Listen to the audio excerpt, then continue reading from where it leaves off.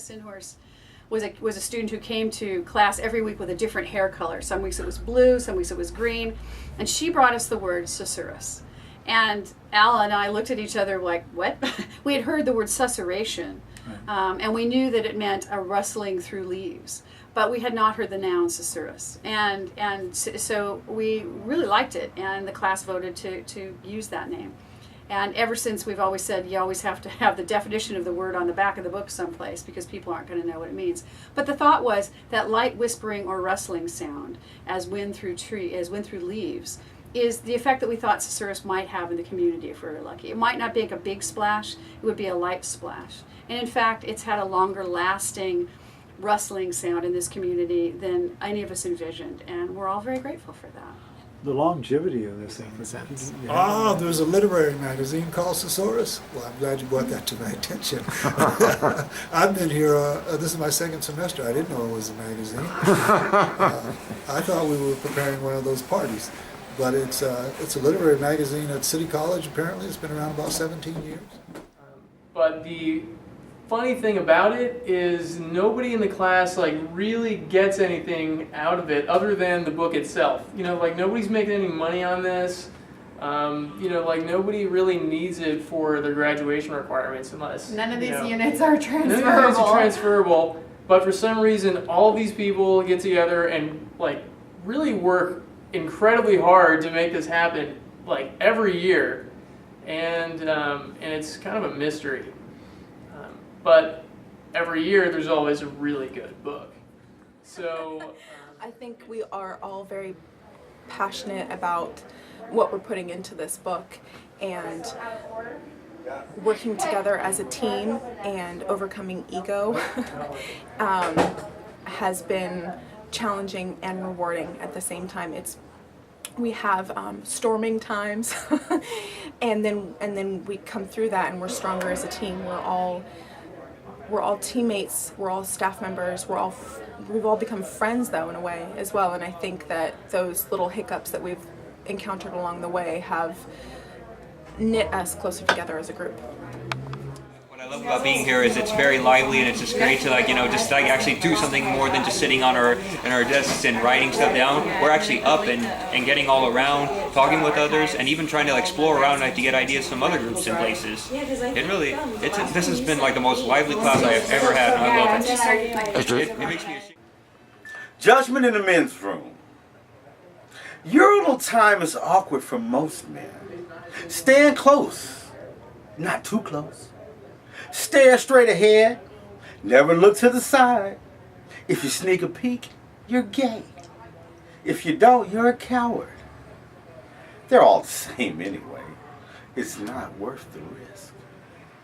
Better wash those hands or risk the wrath of hypocrites, pretending that they always rinse off. Like I give a shit.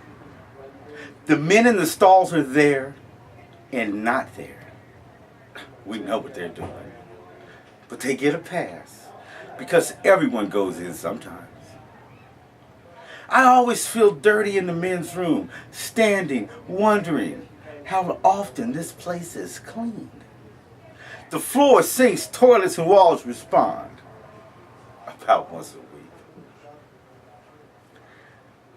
Even Webb, Susurrus, 2011.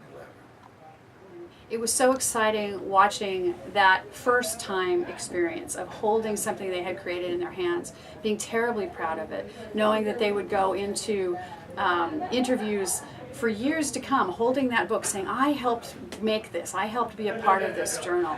It's one of the best things about a college publication, is that students can show them to people who might hire them for internships or jobs. They can put them on their resumes and say, I was part of a group that actually produced this product, and look how fabulous it is. And every single one of them is that fabulous. Each is unique, no two are even remotely alike. And each one is fabulous because of the love and the time, the blood, sweat, and tears, frankly, that goes into making them. Well, we thank you very much for your time. You know, I think that every year is going to be a new process in and of itself. There are certain things that are best done according to routine. like when to submit a particular form to reserve a room, or like when to have deadlines so that the printer can have our book on time. Right. There are certain things that have to be done according to routine. Everything else, I think, should be done organically. And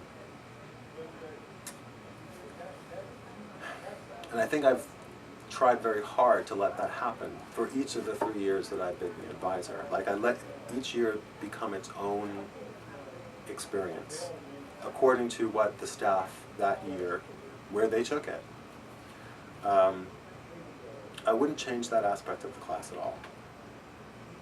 I think too much oversight kills creativity.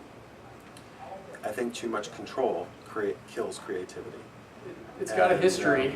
You know, every year this book comes out, and it's sort of like once you realize, I mean, like once there's, you know, you go to that first class, you see who shows up, and you realize that these are the people who make the book. Yeah. It's and they're all weirdos. They're all weirdos, yeah. They're not, you know, nobody's a professional. There's very little experience, like relevant experience at all. Yeah. And you realize that, oh, I actually like have it, you know, I can actually do something for this class to make this book happen. Yeah, and we find our home Yeah. amongst the weirdos. Right.